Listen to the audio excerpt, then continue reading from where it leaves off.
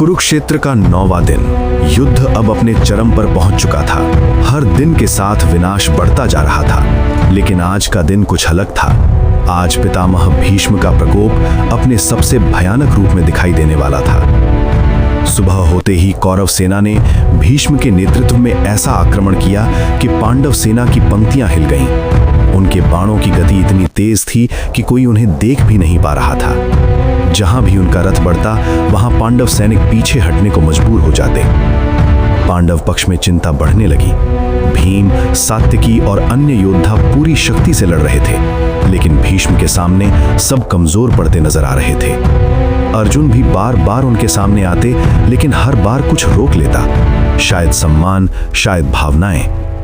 श्री कृष्ण ये सब देख रहे थे।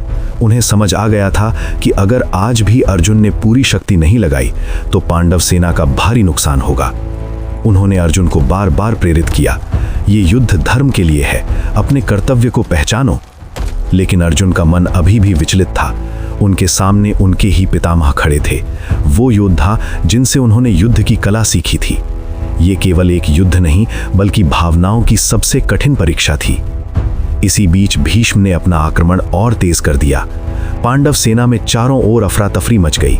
ऐसा लग रहा था जैसे कोई भी उन्हें रोक नहीं सकता। हर दिशा में उनका ही प्रभाव था। तभी एक ऐसा क्षण आया जिसने पूरे युद्ध का रुख बदल दिया। श्री कृष्ण अचानक रथ से कूद पड़े। उनके हाथ में चक्र था और उनकी आंखों में क्रोध की ज्वाला। वे सीधे भीष्म की ओर बढ़े, मानो आज स्वयं भगवान ही युद्ध समाप्त करने जा रहे हों। अर्जुन ये देखकर स्तब्ध रह गए।